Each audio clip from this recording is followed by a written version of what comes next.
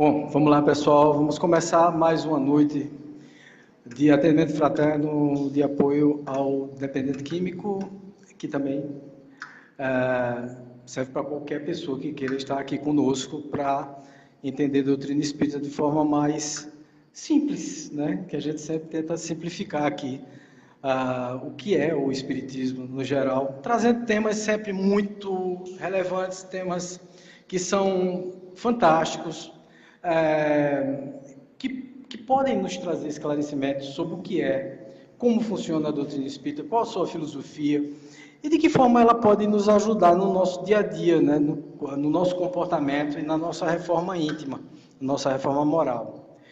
Nós vamos fazer nossa prece inicial e logo depois eu vou falar sobre o que nós vamos comentar hoje, na noite de hoje. É sempre uma conversa que se entenda muito bem. A gente que está aqui falando, como eu estava falando anteriormente no estudo, a gente tem muito mais das propostas que a gente faz, tem muito mais falhas do que essas propostas concretizadas. A gente fala para a gente se convencer de que deve praticá-las todos os dias. Então, o palestrante espírita sempre tem isso, né? A gente não consegue ainda realizar as reformas morais que a gente propõe. A gente propõe, mas está em peleja do mesmo jeito que todo mundo. Mas aí, parafraseando o Dr. Bezerra de Menezes, ele disse que o espírita é exatamente isso. Ao invés dele correr ao encontro dos defeitos, das não virtudes, das coisas ruins, para poder praticá-las, nós corremos para distante disso. Mesmo que não façamos nada de muito significativo, mas pelo menos a gente não quer fazer nada de mal e quer praticar o bem o tempo todo. Então, esse é o verdadeiro espírito. Então, vamos nos concentrar agora, fechar os nossos olhos, vibrar positivamente, fazer a nossa prece de hoje. Senhor Jesus, espíritos mentores de nossa casa, do nosso Chico Xavier, que venha nos trazer nesse dia de hoje, nessa quarta-feira, a inspiração necessária para que seja transmitida todas as mensagens que são próprias do Cristo e que foram trazidas pelo Consolador prometido por Jesus, que é o Espiritismo. Que assim seja, Senhor. Bom, gente, hoje nós temos um tema muito bom, que é os sete primeiros anos, né? E a nossa anja principal aqui, a Neidinha, já perguntou, disse, que tema é esse, né? Tema danado. 7 primeiros anos. Eu costumo sempre fazer isso. Eu tinha me afastado um pouco desses temas assim, que ficam sempre o questionamento, mas hoje eu dei uma voltada nesse tema, nesses temas meio misteriosos. E os 7 primeiros anos, nada mais é do que os 7 primeiros anos em que a gente reencarna.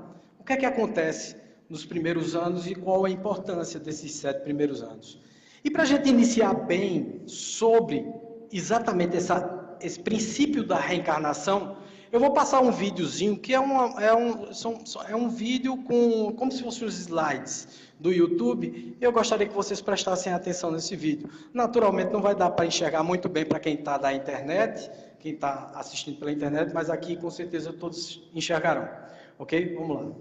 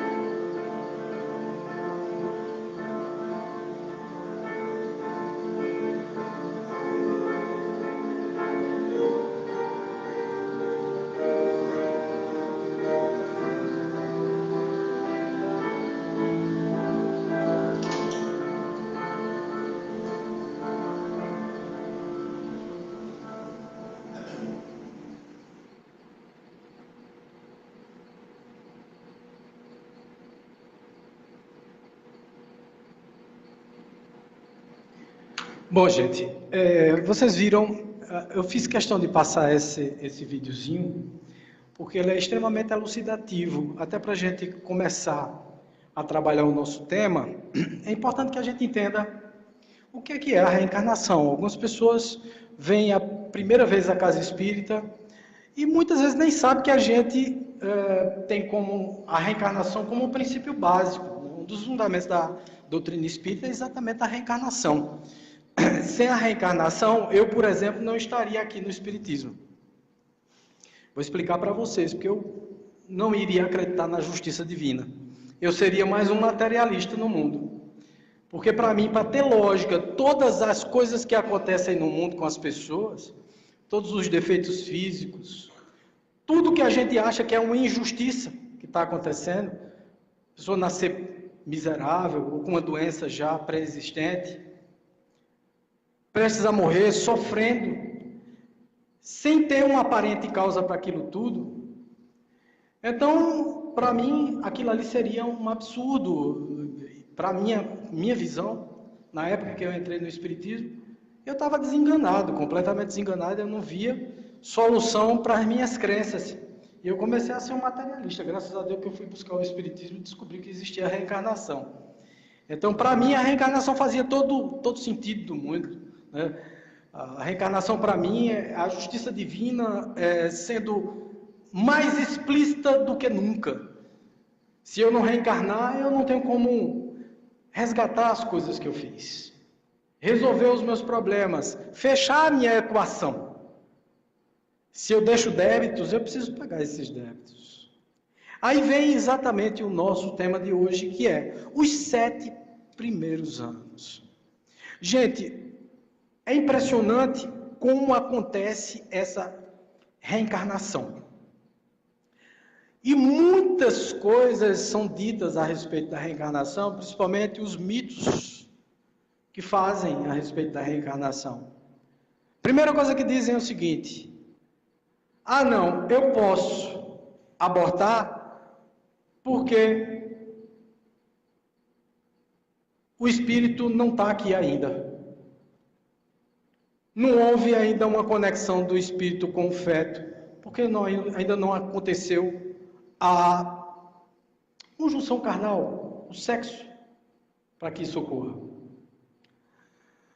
Outro mito é dizer que os bebês de proveta, eles já têm um espírito conectado, porque foi colocado na proveta, a junção e tal, mas ainda não aconteceu a anidação do ovo. E, portanto, ainda não tem um espírito ali, naqueles sêmen que são guardados, ou naqueles óvulos já fecundados, cientificamente. Para cada coisa dessa existe uma explicação. Clóvis Nunes, numa das palestras dele, que eu gosto muito das explicações de Clóvis Nunes, é um estudioso da doutrina espírita, profundo demais. Ele conta que uma vez, sobre a questão da reencarnação, ser apenas na hora da junção do homem com a mulher, mas a reencarnação ela começa a ser planejada muito antes. E alguns médiuns conseguem ver essas reencarnações bem antes dela acontecer. Ele diz que presenciou um fato muito curioso, que quando chegou na Índia, certa vez, ele foi visitar a Índia com uma colega dele mexicana, e quando chegou lá na Índia, foi visitar um médium, que lá eles não chamam de médium, mas uma pessoa extremamente poderosa, que via a espiritualidade, um desses gurus, né, hindus. E ele chegou lá e foi conversar com essa personalidade, e quando ele chegou com a moça, aquela figura olhou para a moça e disse assim: você vai ter um filho. Daqui a 12 meses você vai ter um filho. E a moça olhou para o guru, balançou a cabeça, depois que saiu dali, a moça juntou-se com o Clóvis Nunes e disse: esse guru está doido. Como é que eu vou ter um filho? Nem namorada eu tenho. Parece que eu sou bichada. Homem nenhum me quer, eu começo a ter um namoro com 2 meses depois o cara me deixa e tal. Eu não tenho nem com quem fazer esse filho. Como é que eu vou estar grávida daqui a 12 meses? Ou como é que eu vou ter um filho daqui a 12 meses? Se nem namorado tem. Desculpa, Clóvis, olha, você acredita muito nessa pessoa e tal. Mas ele pode ter acertado com muita gente, mas comigo mesmo ele não acertou nada. Bom, quando foi com 2 dias depois, a mexicana telefona para ele desesperada e disse: Clóvis, quando eu entrei no avião para Londres, que eu saí de Bangladesh, entrei no avião para ir para Londres, conheci um rapaz.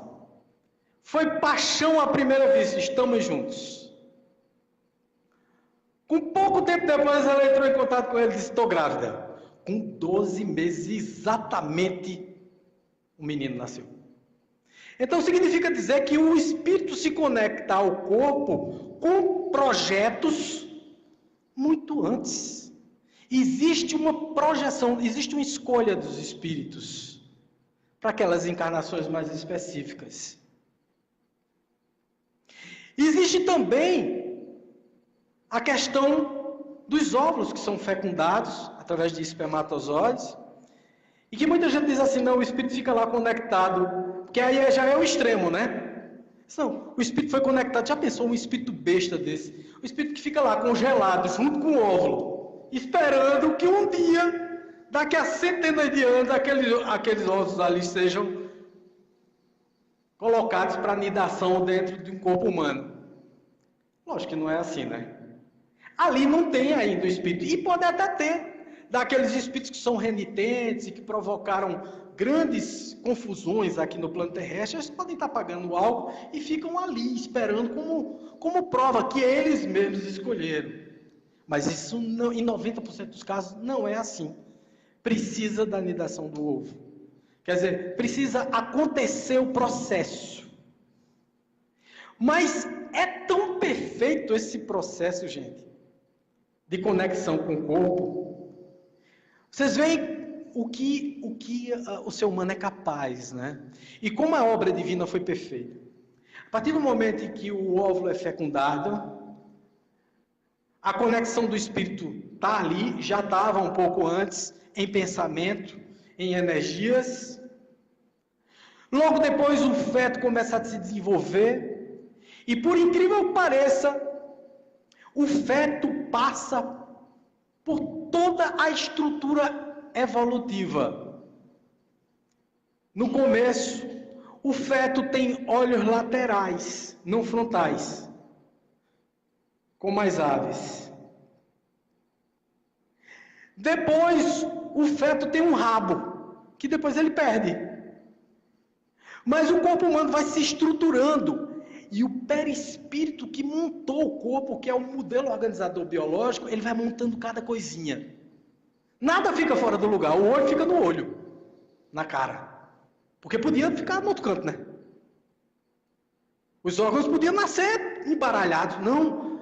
Mas é tão perfeito. Os geneticistas espirituais, eles são tão precisos na hora de construir o corpo, que ele coloca cada coisinha no seu lugar. E vai tudo se construindo. Mas se mentalmente o corpo tem algum resgate, alguma expiação,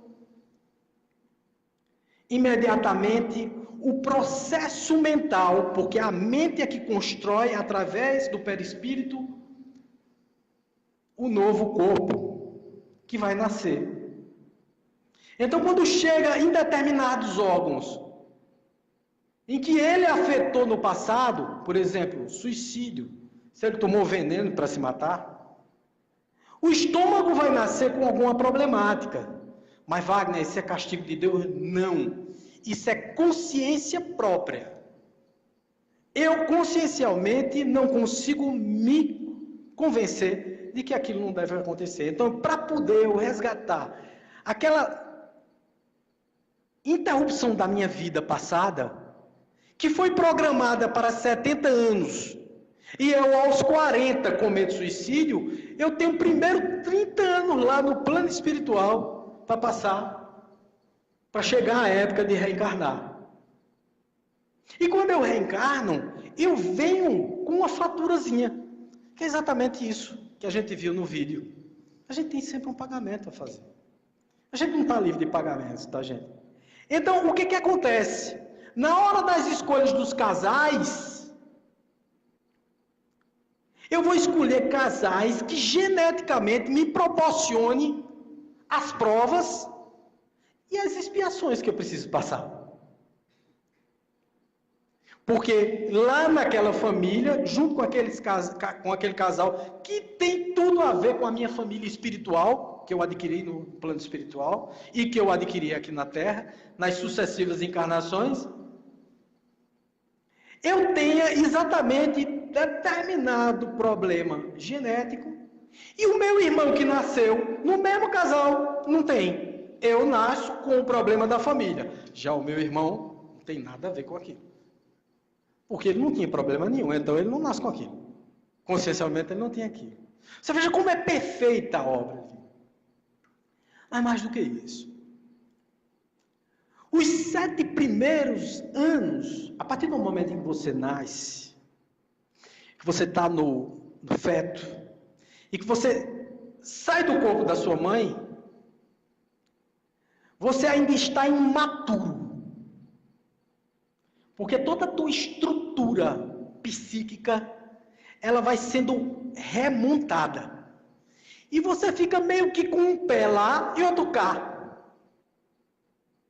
Um pé lá na espiritualidade e outro aqui na Terra. É muito interessante. Porque é justamente nessa fase em que alguns espíritos encarnados, que são almas, né? Porque na hora que você entra num corpo, que você pega um corpo, você vira uma alma que tem um corpo. Você simplesmente começa a se lembrar de vidas passadas, a comentar sobre a sua vida anterior, a se lembrar de algumas coisas, a ver coleguinhas imaginários.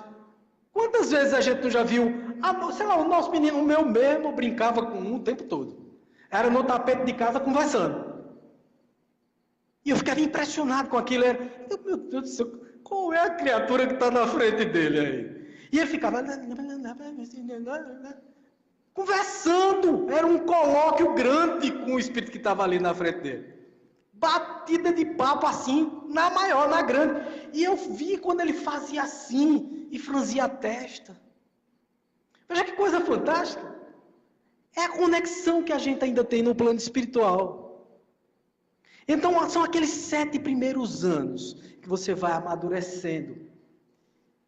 E é nesses 7 primeiros anos que alguns do espiritismo dizem que é com 3, 4 anos de idade você já está pronto. Outros dizem que isso é tudo besteira. Né? Que o missionário, quem trouxe isso como uma coisa mais concretizada foi André Luiz, através do livro Missionários da Luz.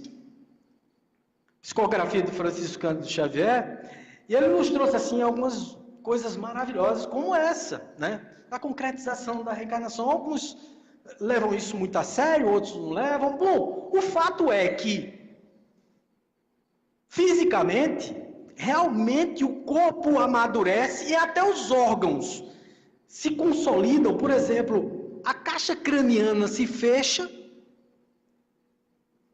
ela consolida-se exatamente, aproximadamente no 7º ano. O que significa que essa maturidade é corporal e espiritual. Aí você entra realmente na vida de forma completa. Tanto é que quem se lembra de vidas passadas até os 7 anos, quando chega aos 15, que alguém comenta com ela, se não tivesse filmado, gravado, ela falando que teve outras vidas, ela não acreditava não. Ela dizia, eu falei isso quando tinha 7 anos de idade, quando tinha 5, quando tinha 4. Eu não me lembro disso não, isso é mentira sua. Aí o pai chama, diz assim, eu filmei meu filho, olha aqui, ó, você falando. O que significa dizer que é uma fase, gente?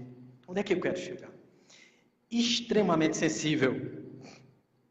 É onde o espírito traz reminiscências do passado e começa a construir toda a sua base espiritual para o futuro e para a evolução. Veja que coisa maravilhosa. É nesses 7 anos em que você pode ser espírito cristal, índigo, seja lá que espírito você for, seus pais é que comandam a estrutura da sua vida, passando a educação certa, consolidando você, dando confiança, tirando os viciozinhos que você trouxe da encarnação passada. Você é teimoso, você nota logo, né? Menino mal criado, você nota logo. A primeira coisa que o menino mal criado faz com 2 anos de idade é a estripulia no shopping center, para matar a mãe de vergonha. Ele cai no chão e cisca. Ele sai ciscando, parece uma galinha. Aí roda assim no chão, parece que está possuído. O que é aquilo? São reminiscências do passado, gente. Ele vem trazendo toda aquela atividade que foi própria, característica da sua estrutura psíquica, da sua estrutura mental. É naquele momento em que eu, como pai, como mãe, devo corrigir as falhas, ordená-lo para o estudo, colocá-lo em contato com as verdades cristãs e a moral, para que ele no futuro, é aquela história, dê Deus ao teu filho até os 7 anos, para que ele não precise abraçar uma Bíblia atrás das grades aos 40. Então significa dizer que é nesse momento em que você deve estruturar a cabeça das crianças. É nesse momento também onde nós adquirimos todos os nossos traumas de infância. Tudo que a gente pega de cabeludo é exatamente nessa fasezinha. Por exemplo, nas terapias regressivas, né, faz regressão não de vidas passadas, mas de volta ao passado, para ressignificar e olhar o que aconteceu na sua vida. Geralmente o cidadão volta, vai até 1 ano de idade e começa a reviver tudo que passou. E começa a se lembrar de todos os traumas que teve, tudo aquilo que falaram, tudo aquilo que disseram, tudo aquilo que comentaram, a falta de presença dos pais ou a grande presença dos pais, porque essa impressão ela é positiva e é negativa. Todos os trauminhas que você tem, da surra que você levou, da zombaria dos colegas na escola, os bullying, os conflitos dentro de casa, as brigas entre os pais, o egoísmo, a falta de cuidado materno e paterno em relação à sua vida. É ali, naqueles 7 primeiros anos, ou mais, ou menos, como queiram, que se forma a sua personalidade. É ali onde toda a estrutura da sua vida presente vai se consolidar. E você vai construir uma vida baseada, vida feliz, uma vida alegre, contente. Ou uma vida triste, cheia de traumas, cheia de problemas. Por que é que os seres humanos ainda não conseguiram entender esse processo? Nós entendemos sim.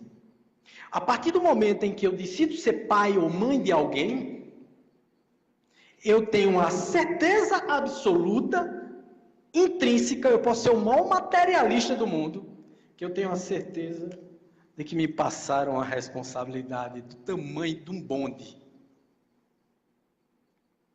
Porque eu vou tomar conta de uma criatura que não é novinha. Ela só está novinha ali naquele corpo. Mas talvez seja um espírito com muito mais história espiritual do que o pai, do que a mãe. Talvez aquele espírito ali tenha sido o pai e a mãe dele na outra vida. Você veja que coisa impressionante. Como a estrutura espiritual se dá, como a reencarnação, ela cabe tão bem, né? Como ela explica tantas coisas maravilhosas. Mas vamos ver aqui. finalidades da reencarnação, né? Vamos entender novamente. Qual é? O ser humano retorna a um novo corpo humano, retorna a uma nova existência para aprender o que ainda não foi aprendido. O que já foi aprendido de conhecimentos na encarnação não se perde. Reencarnar é educar-se, é aumentar os conhecimentos do espírito, é a oportunidade de crescer.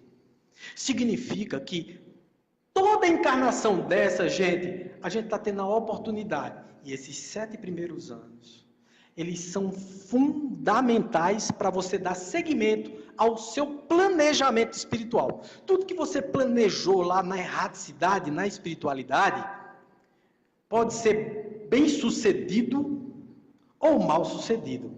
Até o teu livre-arbítrio, que é um dos princípios básicos do espiritismo, ele será exercido plenamente para o bem, dependendo desses 7 anos. Mas os pais têm sempre culpa? Não. Às vezes os pais fazem de tudo nesses 7 anos. Educam bem, colocam em colégios, são pessoas maravilhosas e tal. Mas o espírito decide não querer nada daquilo. A coisa mais interessante é o seguinte, quando passa dos 7, aí já começa a pré-adolescência. Quando o indivíduo chega na adolescência, ele tomou consciência de quem ele é. Ele se descobre. Ele se lembra, mais ou menos, do que ele fez e de quem ele é. Por isso as rebeldias. O pai até então e a mãe tomavam conta, mandavam, diziam, olha, faça isso, faça aquilo e tal. Mas agora já não pode mais. Porque o espírito, simplesmente, ele se recusa a fazer.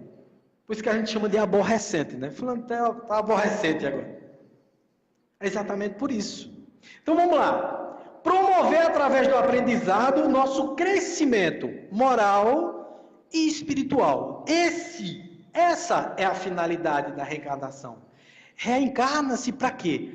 Para aprender, para educar-se, para crescer, a partir de novos elementos de uma nova oportunidade, um novo ambiente, onde se possa construir sua própria elevação espiritual. Aí você diz, então, Wagner, os pais nesses 7 primeiros anos são responsáveis pelos filhos? São responsáveis. Mas eles têm responsabilidade total? Não. Como eu disse para vocês, o espírito pode tomar consciência e dizer assim, não quero fazer isso. Tudo que meu pai e minha mãe me deu, eu estou jogando na lata de lixo. Eu não quero. Eu abro mão de toda a boa formação que eu tive. Ou então, eu vou seguir. Eu vou vencer os meus maus pendores, as coisas que acontecerem e vou me reeducar. Vou me reformar. Vou me transformar nesse momento. A frase, nascer, morrer, renascer, ainda, progredir sempre, tal é a lei, resume o significado da reencarnação para o espiritismo. Reencarnação, gente, é só pagar? Não. A gente não veio para a Terra para sofrer, gente. A gente veio para a Terra para aprender, para renovar a nossa vontade moral de progredir, para ter prazeres, para sorrir, para ser feliz, para ser contente, para fazer coisas boas. Mas não confundam essas coisas boas com as coisas fúteis que nós fazemos aqui na Terra. Porque a gente acha que coisa boa é o seguinte, não, meu irmão, para mim coisa boa é o seguinte, vou ali, tomo uma com meus amigos e tal. Eu achava isso. Até pouco tempo atrás eu achava que bom mesmo, no final de semana, era sair para tomar uma.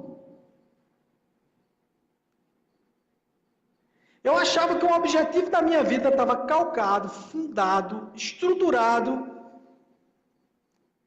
Então, um bocado de amigo biriteiro,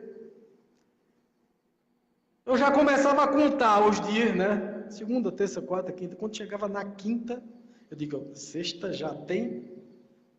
Quer dizer, eu vivia em função do que eu ia fazer com o meu estômago na sexta-feira, que era destruir ele, todo o meu aparelho digestivo.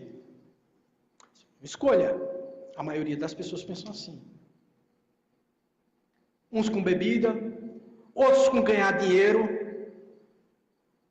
Tem gente que só pensa em ganhar dinheiro. E para ganhar dinheiro, passa por cima de pai, de mãe, de irmão, de amigo. Desconsidera as pessoas. Não dizem por aí, né? Quer saber quem é o cidadão? Dê dinheiro a ele. E é verdade. O dinheiro é uma das maiores provas que existem no mundo. Você sabia disso? A gente diz assim, não, qual é o problema que o cara passa? O cara cheio de grana no bolso. Passa e muito. Porque o camarada, se tem problema para se controlar quando é pobre, quando é rico então, meu amigo, você não controla nada. Você é pura matéria. Você só pensa em comer, em sexo, em gastar, em deturpar tudo ao seu bel prazer, porque você manda, você domina, você toma conta. O que é que se faz nesses 7 anos primeiros? É a consciência de que essas coisas são efêmeras, são passageiras. Que o verdadeiro mundo não é o material, e sim o espiritual. Então, Wagner, a gente tem que criar um monte de padre e de freira em casa? Não. Mas cidadãos de bem. Pessoas éticas, justas, que olham para o outro ser humano como uma oportunidade de servir. Que quando trabalham para engrandecer a humanidade, para enaltecer a sociedade, para aumentar as possibilidades de se mostrar éticos, justos,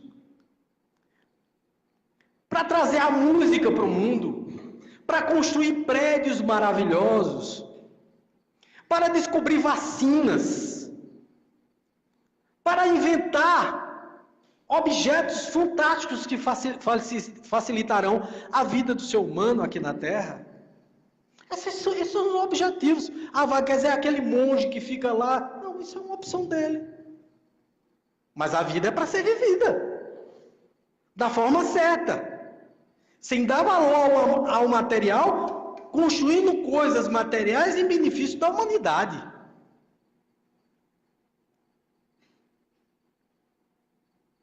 Que é um cara mais ligado a Deus do que Einstein, Albert Einstein. Os maiores inventos, as maiores descobertas do mundo. As coisas só acontecem hoje da forma como acontecem para nós em termos de facilidade, porque Einstein descobriu um bocado de coisa. Nikola Tesla,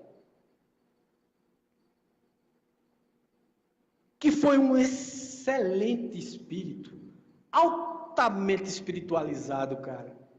Ele se dizia reencarnação. Só que aí ele concentrava, ele dizia que era reencarnação de um ET. Ele dizia que era de outro planeta. Pela lógica era isso mesmo, a gente acredita em outros orbes.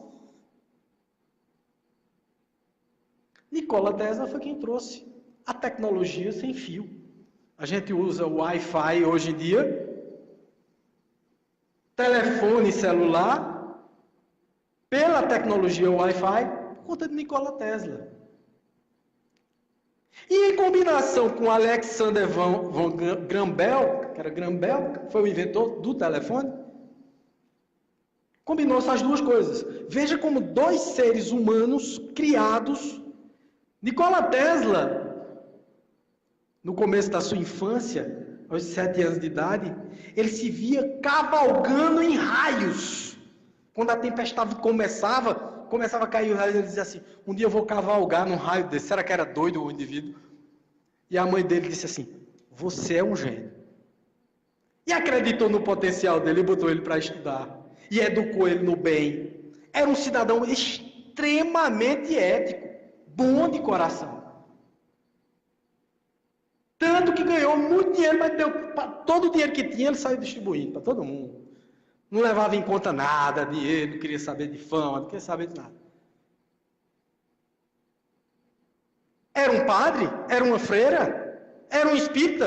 Ele não sabia nem de espiritismo. Ele nasceu na época de espiritismo, mas não tomou nem conhecimento disso. Mas foi um espírito que foi formado, estruturado aos 7 anos de idade, para entender, até os 7 anos de idade, para entender que a vida era outra. E continuou com seu cabedal e conhecimento, né? E conhecimento, toda a estrutura, ele descobriu que tinha que fazer algumas coisas maravilhosas.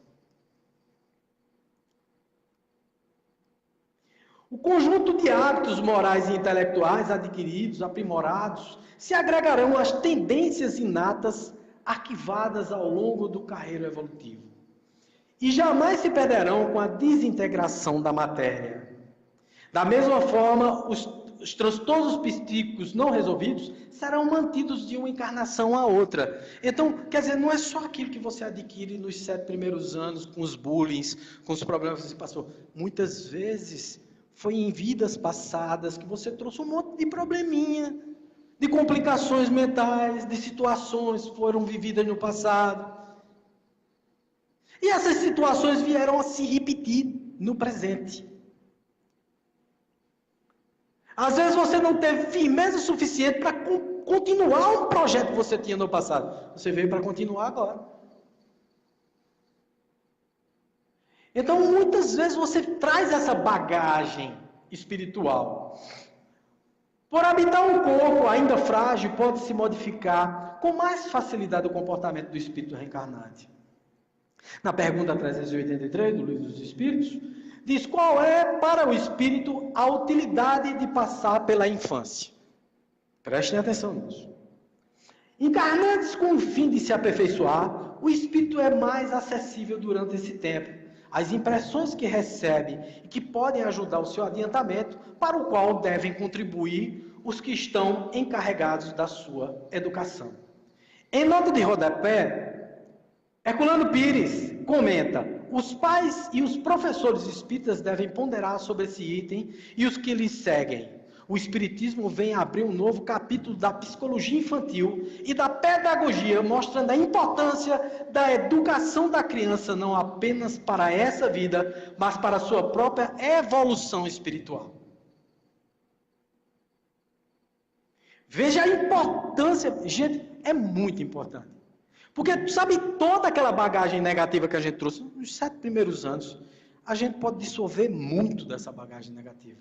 Por exemplo, se a pessoa vem muito insegura, se os pais lhes dão segurança, apoio, carinho, amor, moral. E olha, entenda-se. Gente, é muito importante a gente entender isso. Quando a gente fala que o pai deve dar amor, carinho, moral, as pessoas estão confundindo ultimamente amor, carinho, atenção com dar tudo que o filho quer. Então o menino fala assim: pai, eu quero uma bicicleta de luxo. Aí o cabo vai e compra. Porque ele não tem mais tempo, né? Tomar conta do filho. Ele vive trabalhando, ele vive por dinheiro. Por isso que eu digo que as consciências precisam se ampliar. A gente precisa olhar o mundo de uma outra forma. Tem que parar para conversar com o filho. Tem que dar outra coisa que senão os bens materiais. Esse hábito de adquirir bens materiais e de ser atendido de forma egoísta, ele já teve no passado, em outra encarnação, ele veio exatamente para corrigir isso. Aí você vai e dá a bicicleta da última moda a ele. Mas se dizer, Wagner, eu posso dar, então não vou dar, vai dar sim. Mas dê baseada nos méritos, nas conquistas deles.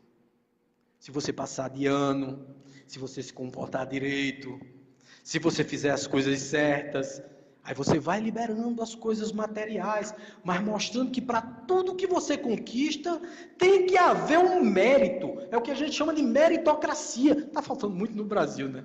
Tudo é dado ao brasileiro de uma forma muito livre e tal, então os caras estão aí, né? Entrando na política, fazendo besteira doidada, sendo presos, e a gente vendo esses exemplos terríveis e continuando a formar os nossos filhos de uma forma errada, a dar tudo que eles querem.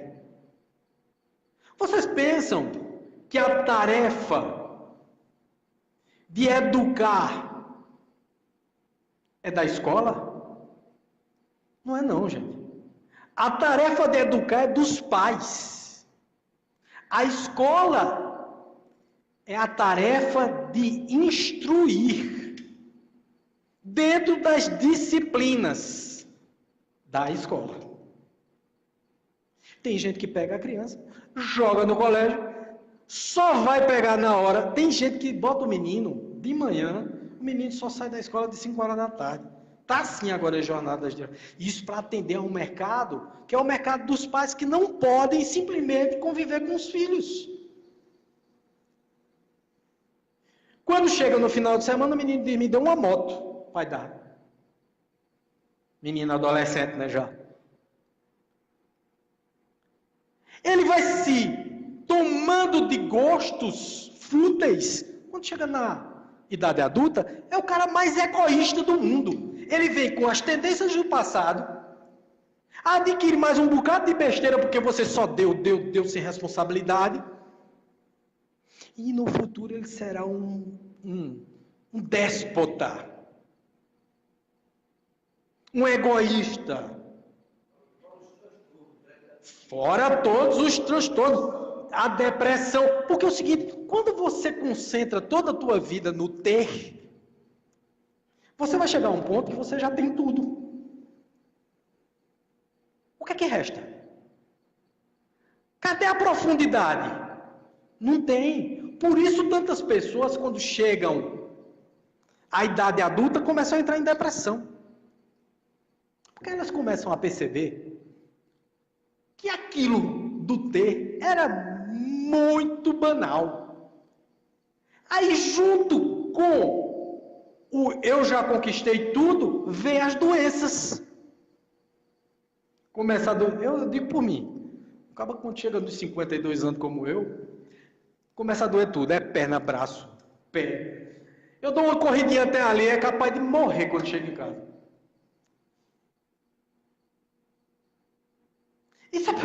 Isso é próprio da matéria, gente. Então veja, se você não se concentra em outra coisa maior, você vai entrar em depressão. Você diz, meu Deus, tudo que eu queria ter eu já tive.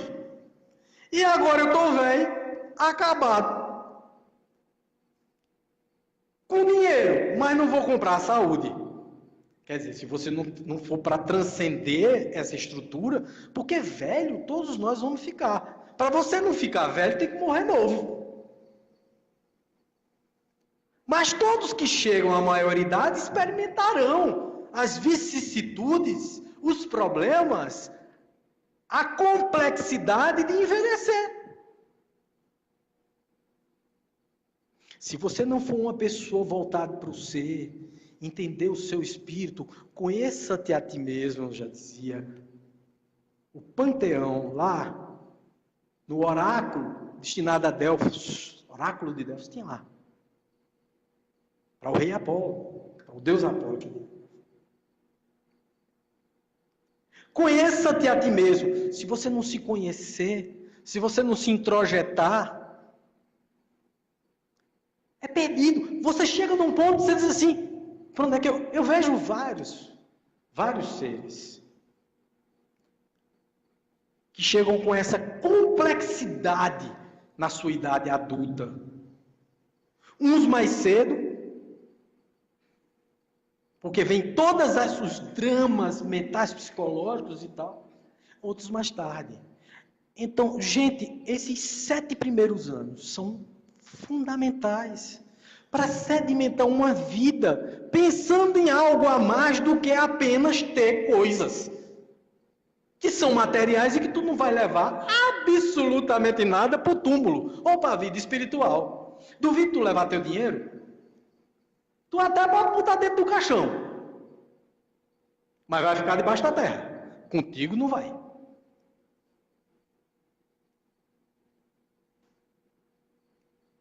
Vamos lá.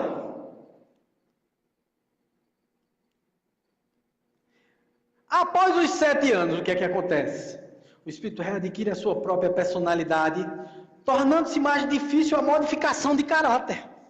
Entenderam? Fica mais difícil você modificar. Você mesmo fica difícil de você se modificar. Porque você já praticou tanta besteira. Veja, você vinha praticando há dezenas ou centenas de reencarnações. Tome besteira, porque é assim, né? Você quando desencarna, você comete os mesmos erros. A espiritualidade, quando você chega no plano espiritual, a espiritualidade diz, mas rapaz, de novo. Tu fizesse a mesma besteira, de um jeito diferente, mas fizesse a mesma besteira de novo. Volta. Aí tu volta. Aí fica aqui 50, 60 anos, dependendo do tônus vital que você escolheu do lado de lá, 80, 90 anos, pratica a mesma besteira. Quando chega lá do outro lado, diz, mas de novo, volta. Então essa prática de coisas ruins leva você a achar que tudo é ruim. O que é que acontece nos 7 primeiros anos? É uma grande oportunidade de mostrar o bem, de mostrar o bom, de mostrar uma outra perspectiva, uma outra visão. Então eu que vim um ranhozinho, né, com aquele rançozinho ruim, aquela coisinha ruim, chato, renitente, orgulhoso, egoísta. Meu pai e minha mãe me mostraram que ser egoísta é uma porcaria. Então eu, como espírito que recordo das coisas que eu planejei no plano espiritual, eu digo assim, puxa vida, peraí, que coisa boa meus pais fizeram por mim. Vou contar uma história para vocês aqui que Rossandro Klinger contou, que eu acho muito interessante. Ele disse que uma mãe que foi consultá-lo tinha visto uma palestra dele sobre a reencarnação e sobre o espiritismo, e aí foi conversar com ele no final da palestra e disse assim, Rossandro, olha, veja, com tudo isso que você disse, porque ele falou exatamente desses 7 primeiros anos que a gente precisa educar, né, os filhos e tal.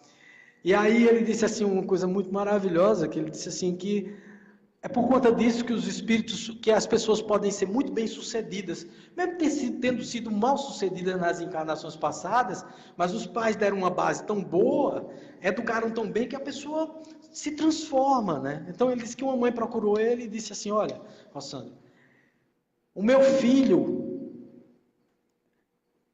desde pequeno, teve uma tendência homossexual. Então, ele quando via os programas de dança na televisão, né, aqueles concursos de dança, ele já com 2 anos de idade, ele já sabia que aquela determinada pessoa não ia ganhar o concurso porque não tinha rebolado. E aí depois ele começou a mostrar os trejeitos e tal, e realmente era um homossexual. E semana passada, isso combinou demais com tudo que você disse, porque semana passada meu filho me telefonou, que hoje é minha filha, que ela fez uma mudança de sexo, hoje mora na Suíça, está muito bem, muito ajustada, uma pessoa de bem. E ela telefonou para mim e eu perguntei a ela, minha filha, me diga uma coisa, sua mãe fez alguma coisa errada com você? Eu lhe obriguei muito a ir na casa espírita e tal. Aí o rapaz que virou moça disse, não mãe, foi excelente, graças a Deus que a senhora me botou na evangelização espírita. Porque senão agora eu seria um marginal, eu já tinha matado uns 10 ou 20. Porque de vez em quando eu tenho vontade, aqui, eu só me controlo porque tem uma bendita de uma doutrina espírita que diz que a gente resgata tudo aquilo que a gente pratica.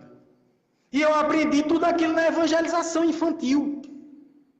Quando a senhora me levava com 2 anos, 3 anos, 4 anos, 5 anos, me forçando, eu ia gritando, chorando, esperneando, mas a senhora me levava.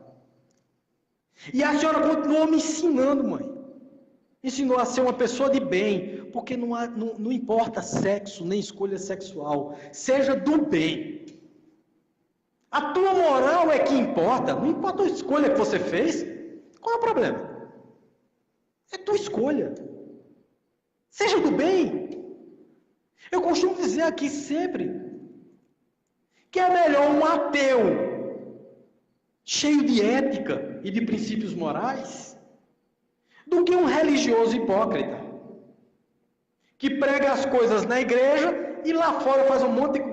está vendo por aí, né? Os pedófilos, os outros que vivem ganhando dinheiro, vendendo as indulgências que um dia a Igreja Católica vendeu, e hoje é vendido na outra igreja.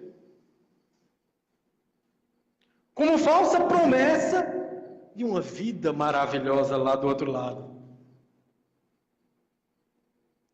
Para os islâmicos, aqueles fundamentalistas que se explodem nos atentados terroristas, eles vão ter 15 virgens se explodirem. Veja que promessa. Esse é o tipo de promessa que se faz. Não é a promessa da consciência. Olha, meu amigo, você sabe qual é a recompensa que você tem por viver uma vida do bem? Sua consciência tranquila.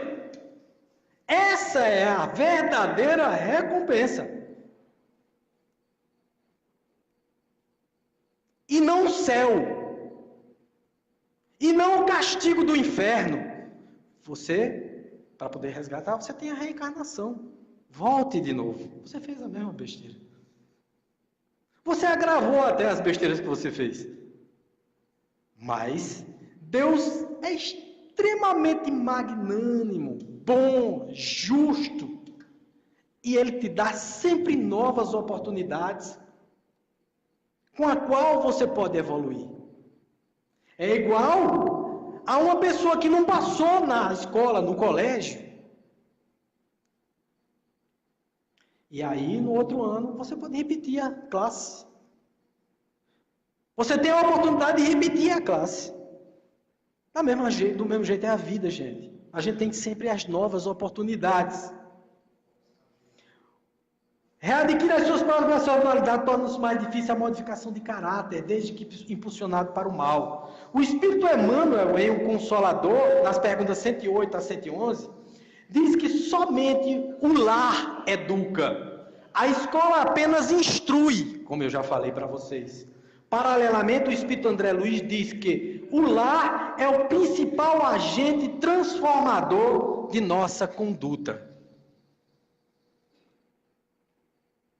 Recebemos um novo equipamento, o corpo, o cérebro, o ego, uma nova personalidade, experiências no novo meio, no qual iremos renascer. O esquecer é uma oportunidade de recomeçar sem culpas, traumas ou pressões. Fecha-se a lembrança, abre-se uma janela de esperança no futuro. Então é assim que é a reencarnação, gente. É assim que a gente deve entender os 7 primeiros anos. O espírita, ele é um grande felizardo. Porque ele recebeu em 1857 o Livro dos Espíritos, que elucidava todos esses fatos maravilhosos. Todas essas lições, que são lições lapidares, fantásticas, para que você pratique no seu dia a dia. Para que você saia daqui, se você tem filho, comece a repensar a educação dele. Se o filho já está adulto ou já está adolescente, dá para corrigir aí. Bota ele na casa espírita, começa a instruir ele melhor. A dizer que a vida não é material, que a vida é espiritual. A nossa vida não é essa. Nós estamos aqui com um corpo, como instrumento de aprendizado.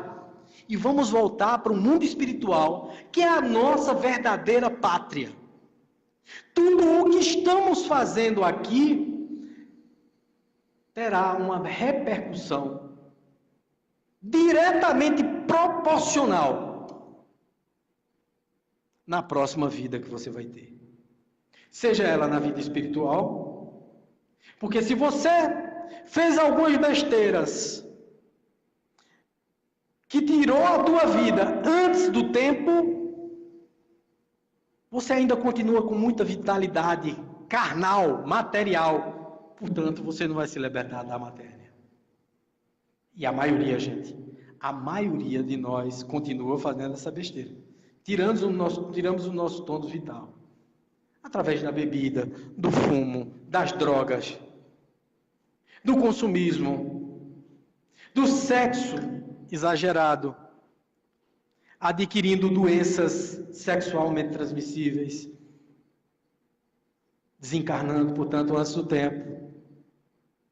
Todas essas coisas te carregam de vibrações e energias, que são energias deletérias.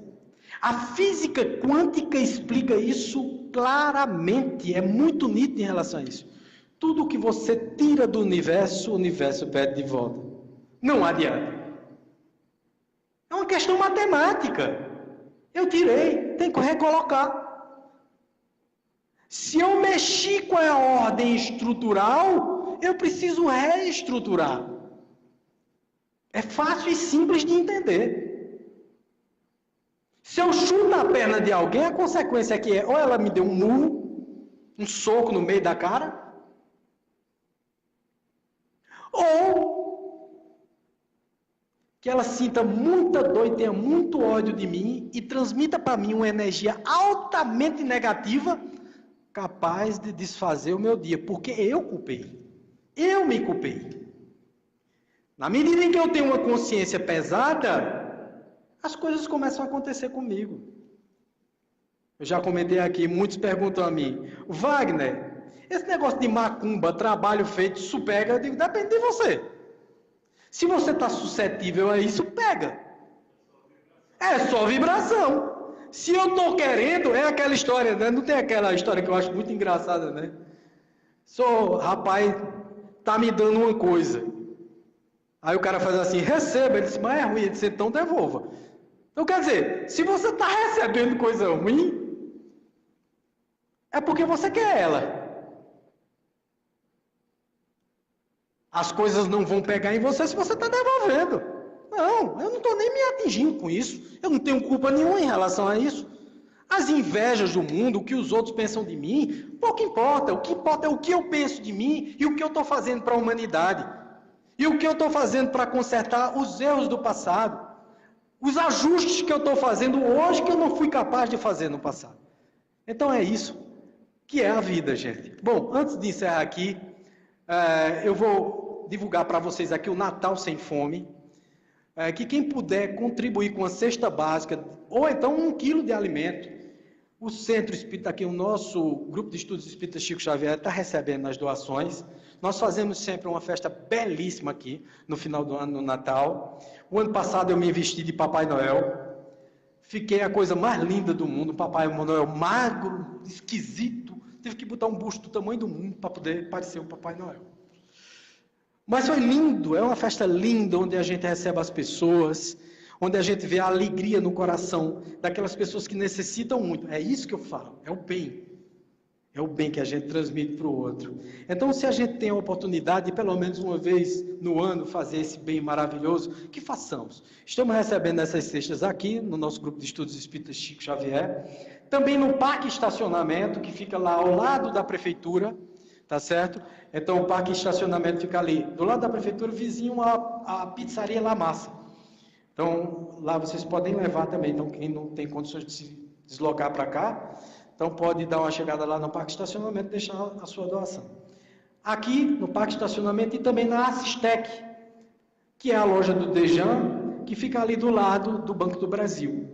Então tem esses pontos de coleta das cestas e dos quilos de alimento.